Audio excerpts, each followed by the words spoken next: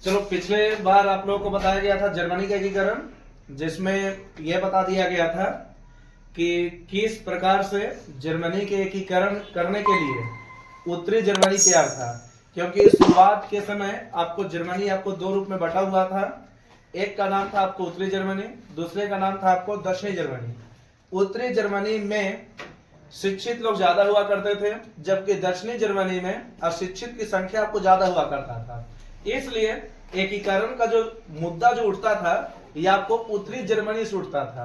क्योंकि आपको पहले बताए थे कि जो व्यक्ति ज्यादा शिक्षित रहेगा, संभव है कि उसके पास कई प्रकार से मुद्दे होंगे जो आसानी से उठा सकता है, लेकिन जो व्यक्ति अशिक्षित रहता है उसे आसानी से दबाया जा सकता है। तो उसके बाद आपको ये भी बताए थे कि जर्मनी के एकीकरण के समय कई प्रकार से व्यक्ति आपको आ रहे थे, जिसमें फ्रेडरिक प्रथम भी था। इसके मृत्यु के बाद आपको विलियम प्रथम आया, जिसने एक व्यक्ति को, जिसका नाम था आपको बिस्मार्क, उसे पर्सा का चांसलर बनाया। ठीक है, तो अब जो टॉपिक आपको लास्ट में छोड़े थे बिस्मार्क, वही टॉपिक आज आपको स्टार्ट हो रहा है। इस टॉपिक का नाम ही आपको है, जिसका नाम है आपको बिस्मार्क। अब इस टॉपिक को समझने के लिए सबसे पहली बात ध्यान रखेंगे कि ये जो बिस्मार्क जो था, ये अपने समय में जर्मनी के एकीकरण के लिए जाना जाता था। और वैसे भी कुछ इसके बारे में पहले पॉइंट को जानेंगे कि आखिरकार ये व्यक्ति किस प्रकार से नीति को अपनाया, किस प्रकार से नियम को अपनाया, और उस नियम के अपनाने के बाद यह जर्मनी के एकीकरण कर दिया। ठीक है, तो सबसे पहले इसके जो मेन पॉइंट्स जो है, पहले उस जानने का प्रयास करें, और उसके बाद यह बताते हैं कि इसके द्वारा कौन सी नीति लाया गया जो जर्मनी के एकीकरण के मार्ग में किसी प्रकार का अवरुद्ध उत्पन्न नहीं हुआ। तो सबसे पहले याद रखेंगे कि जो बिस्मार्क जो था, एक प्रकार से चालबाज व्यक्ति था। अब चालबाज का मतलब क्या होता है, यह भी आपको बता देते हैं। और एक प्रकार से देखा जाए तो ये दुश्मन की बाजी को पलटने के लिए बहुत ज्यादा माहिर था। ठीक है, दुश्मन की बाजी को पलट देता था। अगर दुश्मन कुछ भी सोचता था तो उसकी सोच को पलटने के लिए व्यक्ति जाना जाता था। याद रखेंगे कि ये जो बिस्मार्क जो था, ये आपको प्रसा का चांसलर बना हुआ था। प्रसा का चांसलर था। आराम से जाने क्या क्या पॉइंट्स है, क्योंकि इसमें आपको बिस्मार्क के द्वारा शुरू किया गया युद्ध के बारे में आपको बताया जाएगा कि कौन कौन से ये युद्ध किया है, और इस युद्ध में किस किस प्रकार से घटना घटा, जिसके बाद एकीकरण का रास्ता आराम से खुला। तो यहां पर याद रखेंगे कि सबसे पहले इसके बारे में यह जानने का प्रयास करेंगे कि बिस्मार्क जो था, ये आपको चालबाज व्यक्ति था, कूटनीतिज्ञ था, इसके पास कूटनीतिक चाल चलता था। ठीक है, और यह चाहता था कि जर्मनी का एकीकरण हो, लेकिन प्रसा के नेतृत्व में जर्मनी का एकीकरण होना चाहिए, यानी हमारे नेतृत्व में जर्मनी का एकीकरण होना चाहिए। ठीक है, ये चीज बहुत बड़ा पॉइंट है, ये जर्मनी का एकीकरण होना चाहिए। अब यहां पर यह हुआ कि समय बीतने के साथ साथ ये जो व्यक्ति जो था, जर्मनी के एकीकरण में सबसे बड़ी बाधा ये मानता था। वो बाधा था आपको, इसको एक देश से डर लगता था, डर था आपको फ्रांस से। फ्रांस से इसको सबसे ज्यादा डर लगता था। ठीक है, फ्रांस से इसको सबसे ज्यादा डर लगता था। ध्यान रखेंगे, हम आपको बताएंगे कि किस प्रकार से फ्रांस से डरता था। लेकिन बात बात में और समय बीतने के साथ साथ बिस्मार्क अपने आप को इतना मजबूत बना लिया कि बाद में फ्रांस जैसे शक्ति को भी, यानी महाशक्ति को भी हरा देता था। लेकिन पहले इसको जान ले, जो मेन जो पॉइंट्स इसके बारे में शुरुआती पॉइंट्स कह रहा है कि बिस्मार्क एक प्रकार कूटनीतिज्ञ चाल चलता था। यह पर्सा का चांसलर नेतृत्व में जर्मनी का एकीकरण करना चाहता था। इसका डर एक देश से था, इस देश का नाम था आपको फ्रांस, जबकि फ्रांस का जो दुश्मन था, उस दुश्मन का नाम था, जिसका नाम था आपको ऑस्ट्रिया। ठीक है, ऑस्ट्रिया। ठीक है, ये चीज जानेंगे, क्योंकि हम आपको शुरुआत में बताए हैं कि चाहे इटली हो या फिर जर्मनी हो, दोनों पर आपको राज करने का जो प्रयास किया है, या आपको ऑस्ट्रिया भी किया है और फ्रांस भी किया है। ठीक है, चाहे आप नेपोलियन बोलो या फिर मेटरनिक बोलो, ये दोनों राज करने का प्रयास किया है। तो यहां पर यह हुआ ना कि फ्रांस का जो दुश्मन था ये आपको ऑस्ट्रिया था। जब फ्रांस का दुश्मन ऑस्ट्रिया था तो ऑस्ट्रिया का दुश्मन ही फ्रांस होगा, ठीक है, इसमें नो डाउट। उसके बाद ये जो बिस्मार्क चाहता था कि जर्मनी के एकीकरण तभी होगा जब हम पूरे देश में सैन्य सेवा को लागू कर देंगे। इसलिए इसने एक नीति अपनाया, नीति का नाम था आपको रक्त और लौह की नीति। रक्त और लौह की नीति को अपनाया ये। अब बारी बारी समझे क्या क्या पॉइंट्स है, बस इतना मेन पॉइंट्स अगर आप जान जाते हैं तो इसी से आपको एक कहानी अच्छा खासा तैयार हो जाएगा। और इसी कहानी को आपको पढ़ना है कि आखिरकार बिस्मार्क जो था ये किस प्रकार से जर्मनी के एकीकरण करने के लिए जाना जाता है, ठीक है, ये चीज समझेंगे। कहने का मतलब है कि बिस्मार्क के बारे में भी कहा जाता है कि इसके द्वारा रक्त और लौह की नीति अपनाया गया। ये हो गया आपको इटली के लिए। लेकिन अगर कभी पूछ दे कि रक्त और लौह की नीति भारत में किसने अपनाया, तो भारत वाला भी याद रखेंगे। इस व्यक्ति का नाम है आपको, जिसका नाम है आपको बलबन। किस व्यक्ति का नाम है, जिसका नाम है आपको बलबन, ठीक है। ये आपको राजा महाराजा में आपको मिलेगा पढ़ने के लिए। ये भी बहुत बात की है, लेकिन मेन जो पॉइंट्स है पहले उसको जान ले कि क्या इसमें कह रहा है इसे। देखें, अब बिस्मार्क ये चाहता था कि अपने देश में रक्त और लौह की नीति अपनाएंगे। इसका सबसे सिंपल अर्थ ये जानो, ठीक है, इसका सबसे सिंपल अर्थ ये है कि ये चाहता था कि हम सैन्य सेवा पर ज्यादा ध्यान देंगे।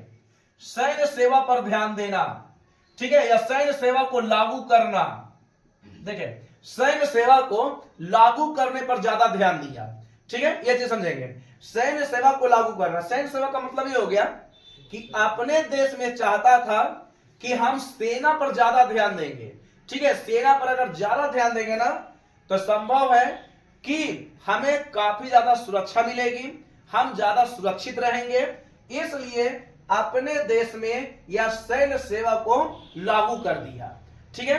ध्यान रखना कि ये बिस्मार्क किस रूप से आपको बाजीगर बना, क्योंकि बाजीगर बनने का एक छोटा मोटा आपको कहानी है। बस इसी कहानी को हल्का सा विस्तार से समझा दे रहे हैं। बुक में आपको कई रूप से आपको लिखा हुआ है, ठीक है, लेकिन अगर इसकी कहानी को समझेंगे तो आपको पता चलेगा कि बिस्मार्क अपने देश के लिए कितना महत्वपूर्ण काम किया। लेकिन पहले हम आपको यह बताते हैं कि रक्त और लौह की नीति अपनाया किसके लिए, तो दुश्मन के लिए, ठीक है, अपने देश के लिए नहीं, दुश्मन के लिए। तो दुश्मन कौन होगा, या तो फ्रांस होगा या फिर ऑस्ट्रिया होगा, ठीक है, या फ्रांस होगा या फिर ऑस्ट्रिया होगा, ये चीज समझेंगे। अब यह हुआ कि समय बीतने के साथ साथ इसने रक्त और लौह की नीति अपनाया। इस नीति में यह कहा गया कि हम संपूर्ण देश में सैन्य सेवा को लागू कर देंगे। सैन्य सेवा का अर्थ यह हो गया कि पूरे देश को, यानी जर्मनी को, ठीक है, हम सेना के हवाले कर देंगे। ध्यान रखेंगे कि बिस्मार्क कुछ भी कर सकता था, क्योंकि इसके ऊपर एक शासक का हाथ था। उस शासक का नाम था आपको विलियम प्रथम, और यही विलियम प्रथम है जो इसे क्या बनाया, तो पर्सा का चांसलर बनाया था, ठीक है। विलियम प्रथम के द्वारा इस पर्सा का चांसलर बनाया गया, ठीक है, ये चीज समझेंगे, जो कि हम आपको विलियम प्रथम के बारे में पहले भी कुछ बता चुके हैं। अब यह हुआ कि समय बीतते के साथ साथ, ठीक है, आराम से समझे, समय बीतते के साथ साथ ये जो बिस्मार्क जो था ना, ये फ्रांस के साथ दोस्ती का हाथ बढ़ाया। ध्यान रखेंगे, फ्रांस के साथ दोस्ती का हाथ बढ़ाया। देखें, दोस्ती का हाथ बढ़ाया। अब यहां पर हुआ कि अब जो फ्रांस के साथ दोस्ती का जब हाथ बढ़ाया तो इस संधि में यह कहा गया, क्योंकि दोनों के बीच एक रूपरेखा तैयार हो रहा था, इसमें यह कहा गया, ध्यान रखेंगे, शुरुआत में आपको बताया है कि बिस्मार्क को सबसे ज्यादा डर फ्रांस से था। लेकिन अभी फ्रांस का जो दुश्मन था, जिसका नाम था आपको ऑस्ट्रिया, जर्मनी पर, यानी ये जो जर्मनी का जो शासक था विलियम प्रथम, और ये पर्सा वहीं का था, ठीक है। तो इस जर्मनी पर ऑस्ट्रिया का भी कब्जा हुआ करता था, फ्रांस का भी कब्जा हुआ करता था, ठीक है। तो ध्यान रखेंगे, बिस्मार्क ने फ्रांस के साथ दोस्ती का हाथ बढ़ाया और इसके साथ एक संधि किया, ठीक है, संधि किया। संधि का अर्थ यह हुआ कि दोनों के बीच में एक नियम बना। नियम यह था कि यदि कभी भविष्य में ऑस्ट्रिया हम पर आक्रमण करता है, हम पर का मतलब जर्मनी पर, ठीक है, जर्मनी पर आक्रमण करता है तो तुम हमको बचाना। यह आपको इटली में भी बता दिया गया था, इटली के एकीकरण के समय भी, ठीक है। कौन काबुल की कहानी कुछ याद रखें, कौन काबुल में बताया गया था क्रीमिया युद्ध के समय, ठीक है, ये चीज क्रीमिया युद्ध के समय आपको बता दिया गया था। तो देखो बिस्मार्क भी बहुत तेज व्यक्ति था, ठीक है, आराम से जानो क्या था से, उसमें आपको बताया था नीस और सेवाई देने का वादा किया गया था, जबकि यहां पर भी वही चीज कह रहा है। देखो आराम से समझो, देखो इसमें यह कहा गया था कि बिस्मार्क जो था ऑस्ट्रिया एवं पर्सा की जो फ्रांस था, ये दोनों को एक दूसरे से यानी एक दूसरे का दुश्मन है, और इस दुश्मन को हराने के लिए बिस्मार्क ने ऑस्ट्रिया के दुश्मन के साथ दोस्ती का हाथ बढ़ाया। उस दुश्मन का नाम था फ्रांस, ठीक है, उस दुश्मन का नाम था फ्रांस। फ्रांस के साथ एक संधि किया। संधि में यह कहा गया, देखो आराम से सुनो, संधि में यह कहा गया कि यदि कभी भविष्य में ऑस्ट्रिया जर्मनी पर आक्रमण करता है तो तुम अपनी सेना भेज देना, ठीक है, तुम अपनी सेना भेज देना, क्योंकि बिस्मार्क भी अपनी सेना पर ज्यादा ध्यान दे रहा है। इसके बारे में यह भी कहा जाता है कि इसके बदौलत जर्मनी में सैन्य सेवा को जब लागू किया गया था तो सेना पर ज्यादा ध्यान देता था, ठीक है, बिस्मार्क सेना पर ज्यादा ध्यान देता था, क्योंकि इसका मानना था कि किसी भी देश के लिए जो सबसे सुरक्षित यानी सुरक्षा घेरा होता है वो आपको सेना होता है। अगर सेना रहेगा तो देश सुरक्षित है, सेना नहीं रहेगा तो देश सुरक्षित नहीं है, ठीक है, ये चीज समझेंगे। तो अब यहां पर हुआ ना कि फ्रांस के साथ संधि किया। संधि में यह कहा गया कि यदि ऑस्ट्रिया जर्मनी पर आक्रमण करता है, ठीक है, आराम समझे, यदि ऑस्ट्रिया जर्मनी पर आक्रमण करता है तो तुम हमको सहायता करना। फ्रांस को बोला कि अगर तुम हमको सहायता करोगे तो हम तुमको रियासत देंगे, हम तुम्हें गिफ्ट देंगे। कब? जब तुम अपनी सेना को इसको बचाने के लिए तैयार हो जाओगे तब, ठीक है। ये चीज हम आपको पहले बताया ना कि कोई भी व्यक्ति अगर आपको हेल्प कर रहा है तो उसके पीछे जरूर ना कोई रीजन है, ठीक है। अगर कोई व्यक्ति अचानक बदल गया तो उससे पूछो कि क्यों बदल गए हो, कोई ना कोई रीजन है, ठीक है। तो यहां पर भी देखो क्या हुआ से, बिस्मार्क तेज व्यक्ति था, इसमें नो डाउट है। बिस्मार्क फ्रांस के साथ संधि किया। संधि में कहा गया कि ऑस्ट्रिया जब हम पर आक्रमण करेगा तो तुम हमको क्या करोगे? सहायता करना, ठीक है। देखो आराम से समझो, तुम हमको सहायता करना। अब ये बात जो था ना ऑस्ट्रिया के लिए ईगो हो गया, ठीक है, इसको ईगो हट हो गया कि छोटा सा देश फ्रांस यानी दुश्मन के साथ मिल गया, हमको हराने के लिए जाते हैं और इस पर आक्रमण कर देते हैं। देखो तो इसलिए कुछ समय के बाद जर्मनी पर आक्रमण किसके द्वारा हो गया? तो ऑस्ट्रिया के द्वारा हो गया, ठीक है। इसको ईगो हट हुआ। ईगो हट इसलिए हुआ कि तुम फ्रांस के साथ दोस्त क्यों बनाए, फ्रांस के साथ दोस्ती क्यों किया, तुमको मेरे साथ करना चाहिए था, ठीक है। ये चीज इसलिए ऑस्ट्रिया को ईगो हट हुआ कि नहीं, ऐसा नहीं हो सकता है। कुछ समय के बाद इसी जर्मनी पर आक्रमण कर दिया कौन? तो ऑस्ट्रिया आक्रमण कर दिया, लेकिन तो संधि हुआ था। नियम क्या बना कि आगे यदि ऑस्ट्रिया आक्रमण करता है तो फ्रांस की सेना इस पर आक्रमण कर देगी, ठीक है, याद रखेंगे।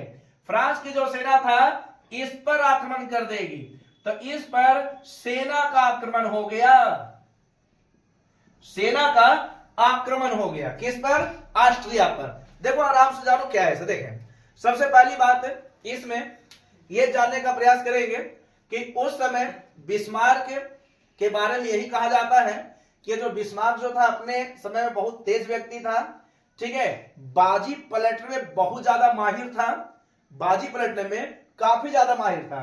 इसलिए बाद में इसे विलियम प्रथम के द्वारा इसको बाजीगर भी कहा गया, ठीक है। यह आपको बाद में आपको बता दिया जाएगा, लेकिन पहले इसको जान लो कि बिस्मार्क को बाद में एक उपाधि दिया जाता है जिसका नाम है आपको बाजीगर। शाहरुख खान वाला बाजीगर नहीं है ये दूसरा बाजीगर है। ठीक है, बाजी पलटने के लिए माहिर था। दुश्मन अगर कोई भी बात सोचता था तो इसके बारे में यही कहा जाता था कि बाजी को पलट देता था व्यक्ति। ठीक है, ये सोचने वाले इकलौता व्यक्ति जो जर्मनी के एकीकरण करने के लिए काफी ज्यादा माहिर था उस समय, काफी ज्यादा इसको जाना जाता था और ये जानता भी था कि जर्मनी का एकीकरण करेगा तो एक ही व्यक्ति कर सकता है, वो है आपको फ्रांसा या फिर बिस्मार्क बोलो या फिर विलियम प्रथम बोलो। ठीक है, ये चीज समय बीतने के साथ साथ ये हुआ कि जब ऑस्ट्रिया को ईगो हर्ट हुआ तो उसने तुरंत जर्मनी पर आक्रमण कर दिया। जैसा ही जर्मनी पर आक्रमण किया, ठीक है आराम चलो, जैसा ही जर्मनी पर आक्रमण किया तो इस ऑस्ट्रिया को हराने के लिए फ्रांस की सेना इस पर आक्रमण कर दिया अचानक। ठीक है, जैसे कहने का मतलब यह है कि अगर कोई भी व्यक्ति अगर आपको अचानक हल्ला बोल दिया या अचानक हमला कर दिया तो वो व्यक्ति संभव कि हार सकता है।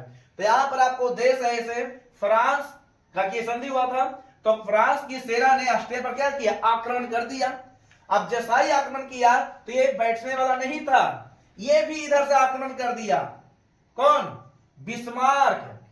ठीक है, ये जर्मनी पर था, आक्रमण किया, लेकिन बिस्मार्क जो था, बिस्मार्क की सेना ने भी इस पर आक्रमण कर दिया, क्योंकि बिस्मार्क की जो सेना जो था ये पूरी तरह से आपको दमखम रखता था अपने समय में। ठीक है, बलवान था पूरी तरह से और इसका भी आक्रमण हो गया।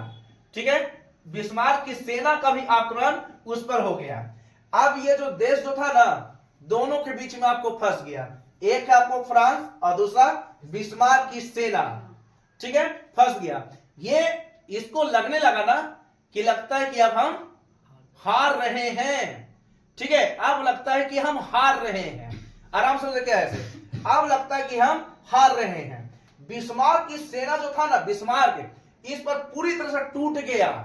ठीक है, पूरी तरह से कि नहीं हम तुमको तो छोड़ेंगे नहीं, हम तुम्हें और मारेंगे। ठीक है, क्योंकि यही एक देश था जो चाहता था कि जर्मनी को हम अपने अधीन में रखेंगे, हम अपने अनुसार चलाएंगे, जैसा हम बोलेंगे वैसा चलेगा। लेकिन बिस्मार्क ने अपनी सेना पर इतना ध्यान दिया कि बिस्मार्क की सेना दुनिया के जितनी भी सेना था, शक्तिशाली के नाम से इसे भी जाना जाता था और इसकी भी सेना को बहुत ज्यादा शक्ति था इसके पास। इसलिए बिस्मार्क की सेना ऑस्ट्रिया पर धावा बोल दिया और दोनों के बीच एक युद्ध हुआ। इस युद्ध का नाम था आपको सेडेवा का युद्ध।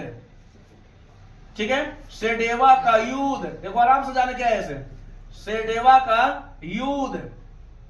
ठीक है, सेडेवा की युद्ध। तो अगर कभी पूछ दे कि सेडेवा की किन दो देश के बीच में हुआ, तो एक हो गया आपको ऑस्ट्रिया और दूसरा हो गया फ्रांसा बोलो, जर्मनी बोलो या फिर बिस्मार्क बोलो, कोई दिक्कत नहीं है यहां पर, केवल समझना है। ठीक है, तो फ्रांसा और ऑस्ट्रिया के बीच में एक युद्ध हुआ। इस युद्ध का नाम था आपको सेडेवा का युद्ध। सेडेवा का युद्ध कब हुआ तो भी याद रखेंगे, 1866 ईस्वी को। 1866 ईस्वी को, 1866 ईस्वी को एक युद्ध हुआ। इस युद्ध का नाम था आपको सेडेवा की युद्ध। देखो आराम से जाने क्या क्या इसमें मेन पॉइंट्स बनता है और कहां तक ये जो इससे संबंधित क्वेश्चन है वो कहां तक जा सकता है। याद रखेंगे कि बिस्मार्क अपनी चालबाज गुण के कारण, क्योंकि इसके पास कई प्रकार से चाल था और ये दुश्मन की बाजी को पलटने के लिए भी माहिर था। ठीक है, ये चीज समझेंगे। और अभी तो एक ही दुश्मन है जिसका नाम है आपको ऑस्ट्रिया, और अभी बताए भी थे कि बिस्मार्क ने फ्रांस के साथ संधि भी किया था जिसमें यह कहा गया था कि यदि हम पर आक्रमण करता है तो फ्रांस अपनी सेना इस पर आक्रमण कर देगा। ठीक है, समय बीतने के साथ साथ ये इधर से भी घेर गया और बिस्मार्क की सेना भी इस पर आक्रमण कर दिया। तो जो बिस्मार्क की जो सेना है इसको डायरेक्ट बोल सकते हो फ्रांसा या फिर जर्मनी बोलो या फिर बिस्मार्क बोलो, और इधर हो गया ऑस्ट्रिया। दोनों के बीच में एक युद्ध हुआ क्योंकि एक बहुत बड़ा रूप ले लिया। ठीक है, इस युद्ध को कहा गया आपको सेडेवा का युद्ध। ये बुरी तरह से फंस गया था। तो आप खुद सोचो कि एक तरफ फ्रांस जैसा शक्तिशाली देश और एक बिस्मार्क जैसा बहुत तेज बुद्धि वाला व्यक्ति। ठीक है, ये चीज ये हो गया। जबकि ये बीच में फंसो व्यक्ति तो संभव की व्यक्ति कौन हारेगा, तो संभव की ऑस्ट्रिया हारेगा। तो इस युद्ध में किसकी हार हुआ? तो ऑस्ट्रिया की हार हो गया, ऑस्ट्रिया की हार हो गया। ठीक है, देखो ये सवाल आपको बन चुका है कि सेडेवा की युद्ध कब हुआ? तो 1866 ईस्वी को। ठीक है, ऑस्ट्रिया की हार हुआ है, तो किसकी जीत हुआ? तो प्रसा की जीत हुआ। अब प्रसा बोलो, ठीक है, बिस्मार्क बोलो, जर्मनी, कोई दिक्कत नहीं है। गलती वही करेगा जिसको नहीं आ रहा है। ठीक है, जो बढ़िया से पढ़ा होगा वो गलती कभी नहीं करेगा। ठीक है, और जो बढ़िया से नहीं पढ़ा होगा तो प्रसा बोलो या फिर जर्मनी बोलो या फिर बिस्मार्क बोलो, उसको कोई पता नहीं चलेगा। ठीक है, खाली उसको दिमाग में यही रटा हुआ होगा कि नहीं प्रसा उत्तर होना चाहिए। लेकिन आपको शुरू से बताया है कि चाहे प्रसा बोलो, क्योंकि प्रसा कहाँ है? तो जर्मनी में, और प्रसा का चांसलर कौन है? तो बिस्मार्क आपको बना हुआ है। तो तीनों आप यहां पर सेम रखो, कोई दिक्कत नहीं है। प्रश्न कैसे रहेगा, कैसे आपको उत्तर देना है, ये आप पर डिपेंड करता है, दूसरे पर नहीं। ठीक है, किसी भी प्रकार का उत्तर अगर देना चाहते हो तो सबसे पहले अपने आप पर विश्वास रखो, दूसरे पर विश्वास मत रखो। जैसे मान लेते हैं कि किसी एग्जाम हॉल में बैठ गए, तो ऐसा नहीं कि आपको बगल वाला से पूछना है कि पहला का आंसर बी होगा कि ए होगा, और आपको लग रहा है सी, लेकिन तब भी आपको नहीं पूछना है। पहले ये प्राथमिकता रखो कि पहले अपने दिमाग से, अपने दिल से पूछो कि नहीं हमारा आंसर कौन सा है। अगर आप सही है तो सही करो। अब ऐसा नहीं कि आप सी बोल रहे हैं लेकिन बगल में बोल रहा है बी, जबरदस्ती, लेकिन आपको विश्वास है कि सी है। अगर आप बी रंग दिए ना तो एक एक नंबर आपके लिए बहुत महत्वपूर्ण होता है, और जब रिजल्ट आएगा तो उस समय आपको पता चला कि एक नंबर की वजह से छट गए। इसलिए किसी प्रकार का अगर प्रश्न बनाते हैं तो इसमें सबसे पहले विश्वास अपने आप पर रखना है, दूसरे पर नहीं। ठीक है, यह चीज याद होना चाहिए।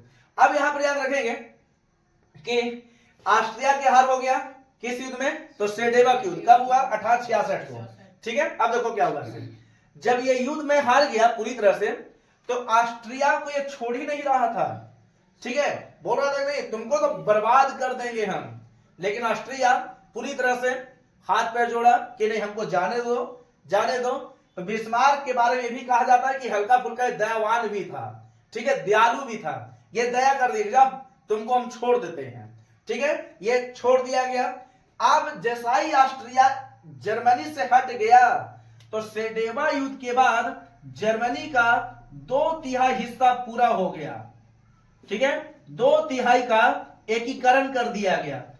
ध्यान रखेंगे, 2/3 का एकीकरण, 2/3 का एकीकरण हो गया। अब यहां पर शेष जो बचा, शेष कितना बचा? तो 1/3। ठीक है, 2/3 का एकीकरण हो गया। शेष निकालते हैं तो 1 में से 2 - 3 करेंगे, 2/3, तो आपको 1/3 आएगा। तो 1/3 का भी एकीकरण करना बाकी था, क्योंकि 2/3 का मतलब होगा कि अभी संपूर्ण जर्मनी का एकीकरण नहीं हुआ है। अभी इसके साथ एक और देश का, आप देखो क्या है, जैसा ही ऑस्ट्रिया हारा तो दोनों के बीच में संधि हुआ था, फ्रांस और बिस्मार्क के बीच में, कि यदि ऑस्ट्रिया हम पर आक्रमण करता है तो तुम हमको सहायता करना, बदले में हम तुमको रियासत देंगे, बदले में हम तुमको बहुत बड़ा क्षेत्र देंगे, जमीन देंगे।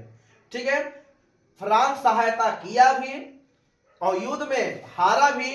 अब फ्रांस गया बिस्मार्क के पास, ठीक है, कि तुमने जो वादा किया था वो अपना वादा निभाओ।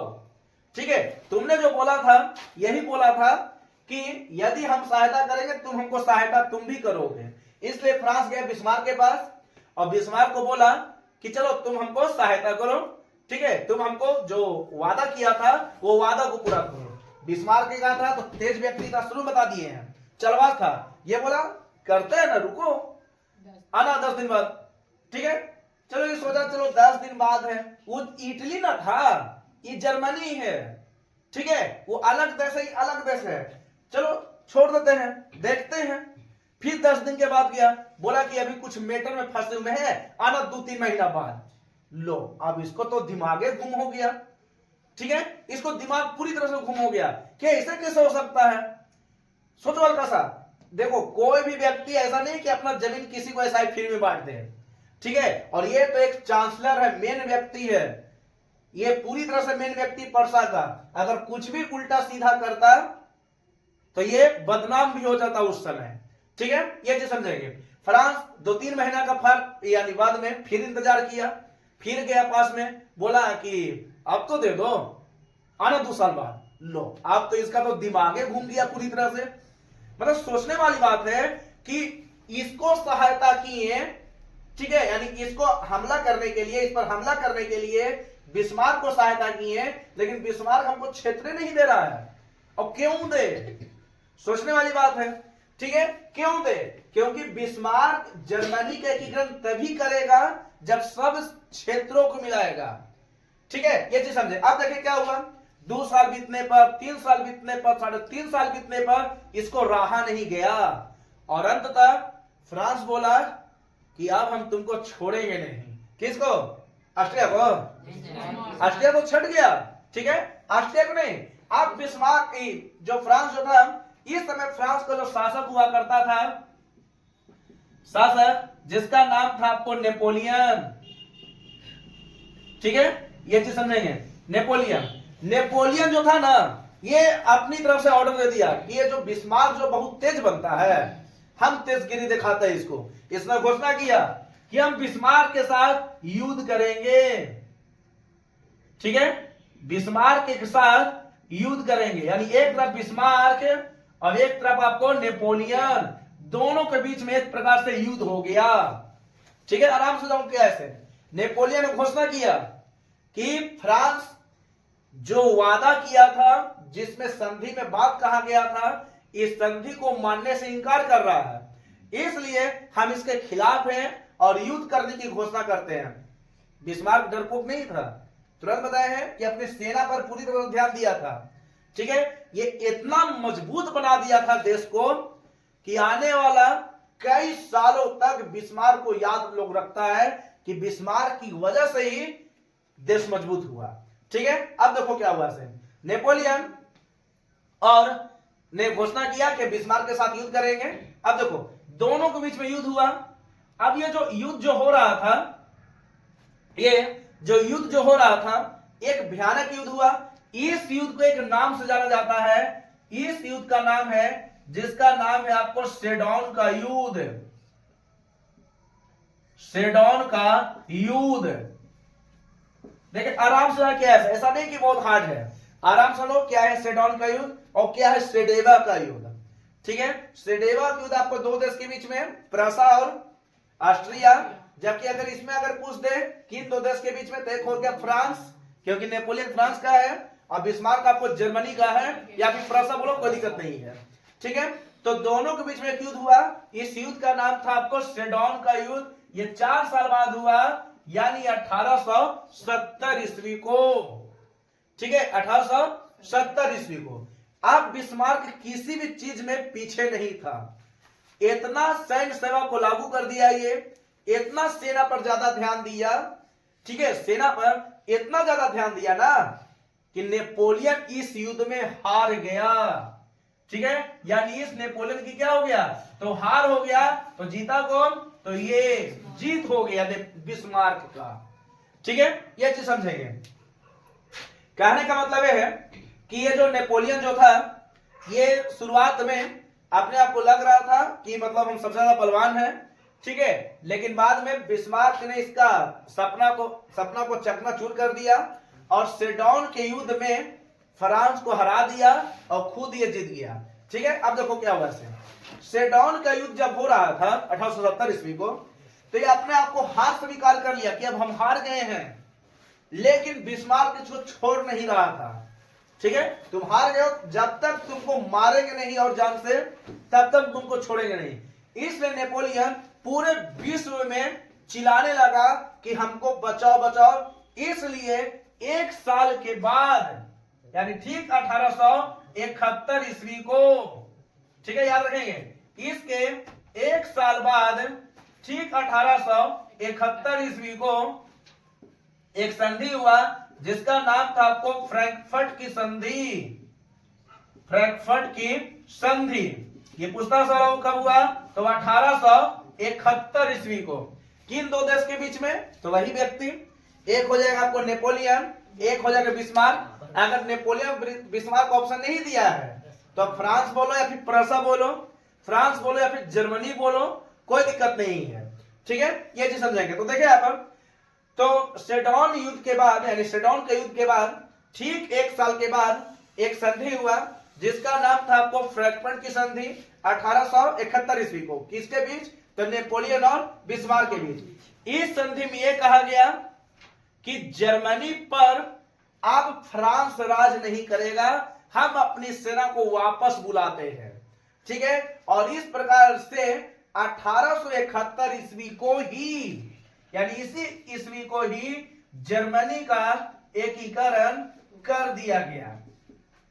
ठीक है, जर्मनी का एकीकरण कर दिया गया। तो देखें यहां पर यह भी सवाल पूछ देता है कि जर्मनी का एकीकरण किस युद्ध के बाद हुआ? तो सेडेवा तो उत्तर नहीं होगा, सेडौन युद्ध। जर्मनी के की संधि के तहत हुआ तो फ्रैंकफर्ट की संधि। जर्मनी के एकीकरण कब हुआ? तो 1871 ईस्वी। देखें इसमें कई प्रकार से सवाल हैं और कई प्रकार के सवाल आपको पूछते भी हैं। अगर आप बढ़िया से पढ़ लिए, ठीक है, तो आप पे ऐसा नहीं कि आप इसको मतलब यूज नहीं कर सकते। जैसे जैसे आपकी उम्र बढ़ते रहेगा आपको खुद समझ में आ जाएगा कि ऐसा बहुत मेन टॉपिक होता है। ठीक है, किसी प्रकार का अगर आप तैयारी करते हैं तो सभी तैयारी में, यानी सभी प्रकार की एग्जाम में ऐसा ऐसा सवाल आपको पूछता भी है। अगर आप कमी कर दोगे तो नुकसान आपको होगा। इसलिए जो भी आपको पढ़ाया जा रहा है उसे आप बढ़िया से पढ़ लें। ठीक है, वो आपको पहले ही बताए थे कि धीरे धीरे करके आपको, अच्छा इसके बाद एक टॉपिक भी रहेगा, उस टॉपिक का नाम है आपको यूनान में स्वतंत्रता, यानी यूनान में आंदोलन, वही आपको लास्ट टॉपिक रहेगा इसका। ठीक है, उसके बाद आपको बोले भी थे कि आपको मैथ भी आपको चालू किया जा रहा है, तो मैथ भी आपको धीरे धीरे पढ़ लेना, अच्छा रहेगा। और जो भी आपको प्रश्न दिया जाएगा वो प्रश्न आप लोग बना लेना। वैसे तो हम बना देंगे यहाँ पर प्रत्येक प्रश्न, लेकिन आप लोग भी बनाने के लिए रेडी रहना। ठीक है, इससे आप ही लोगों को फायदा है, किसी और को फायदा हो या ना हो। ठीक है, लेकिन अगर आप नहीं पढ़ते हैं तो नुकसान आपको होगा। देखो नुकसान अभी नहीं दिखेगा, बस 22 साल तो होने दो, वो समय खुद पता चलेगा कि कितना नुकसान होता है अगर नहीं पढ़ोगे तो। ठीक है, आज भी बहुत सारे ऐसा व्यक्ति मिलेगा ना जिसकी उम्र अभी 25, 26 साल, 27 साल, 30 साल है, वो व्यक्ति भी ये टॉपिक पढ़ रहा है। ठीक है, वो आपकी उम्र तो अभी बहुत छोटा है, बहुत कम है, इसलिए बढ़िया से इसको पढ़ लें। और इसमें कई प्रकार के प्रश्न आपको बनता है। और जर्मनी के एकीकरण करने के बाद विलियम प्रथम के द्वारा इसे बाजीगर कह दिया, और यही बाजीगर हो गया जो अच्छे से दुश्मनों की बाजी को पलट देता था। ठीक है, इसलिए बिस्मार्क अपने जर्मनी के लिए एकता का रूप भी तैयार कर लिया। अब अगर कहीं पूछ दे कि भारत का बिस्मार्क किस व्यक्ति को कहते हैं, तो इसको भी याद रखेंगे जो कि जरूरी है। देखें अब कहीं पूछ दे कि भारत का बिस्मार्क वो हो गया कि आपको इटली की जर्मनी के लिए, अगर कहीं पूछ दे कि भारत का बिस्मार्क किस व्यक्ति को कहते हैं, तो उसका उत्तर याद रखेंगे सरदार वल्लभ भाई पटेल। नाम तो सुने होंगे, सरदार वल्लभ भाई पटेल। यही सरदार वल्लभ भाई पटेल हैं जो भारत के प्रथम उप प्रधानमंत्री और भारत के प्रथम गृह मंत्री हैं। ठीक है, याद रखेंगे ये जो पटेल हैं ये प्रथम उप प्रधानमंत्री भी है, उप प्रधानमंत्री तथा प्रथम गृह मंत्री भी है।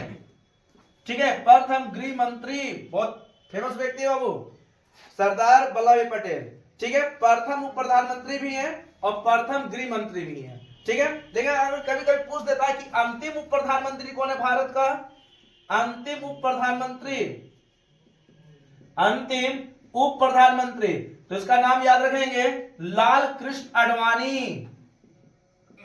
ठीक है, लाल कृष्ण आडवाणी। ये जो लाल कृष्ण आडवाणी जो है यही भारत के अंतिम उप प्रधानमंत्री हैं। ठीक है, बाकी तो अभी स्टार्ट हुआ है चैप्टर, धीरे धीरे अभी इसको समाप्त होने में कई समय लगेगा, लेकिन इसको पढ़ लें। ठीक है, आप ही के लिए मेन है ये टॉपिक, और इसको आराम से आप उतारें, क्योंकि अगला जो टॉपिक रहेगा वो आपको रहेगा यूनान में स्वतंत्रता या यूनान में आंदोलन। ठीक है, उतारें।